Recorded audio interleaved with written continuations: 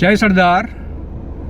તો મિત્રો, છેલ્લા 4-5 દિવસથી સોશિયલ મીડિયામાં દેશના અખંડ શિલ્પી સરદાર વલ્લભભાઈ પટેલનું અપમાન થઈ રહ્યું છે અને લોકો તેમની ટિપ્પણી કરે છે। ફેસબુક, ઇન્સ્ટાગ્રામ, યુટ્યુબ પર સરદાર સાહેબની ખોટી કોમેન્ટો કરીને પોતાના પેજ ઉપર પોસ્ટો મૂકે છે।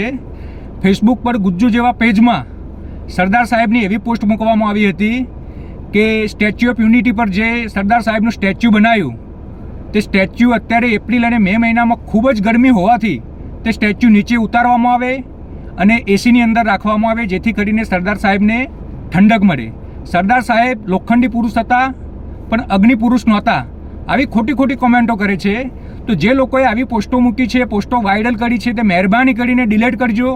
જો તમે ડિલીટ નહીં કરો તો અમે તમારા વિરુદ્ધમાં સાયબર ક્રાઇમમાં જઈને પણ કાર્યવાહી કરીશું। જો તમારું એડ્રેસ મળશે તો ઘરે જઈને સરકારને સપોર્ટમાં રાખીને પણ તમારા ઉપર કાયદેસરની કાર્યવાહી કરીશું। આગળ એક ડાયરાના કલાકારે પણ સરદાર સાહેબના વિરુદ્ધમાં ટિપ્પણી કરી હતી। તે કલાકારે એવું કહ્યું હતું કે સરદાર સાહેબનામાં હિંમત નહોતી કે તેઓ 563 રજવાડા એક કરી શકે।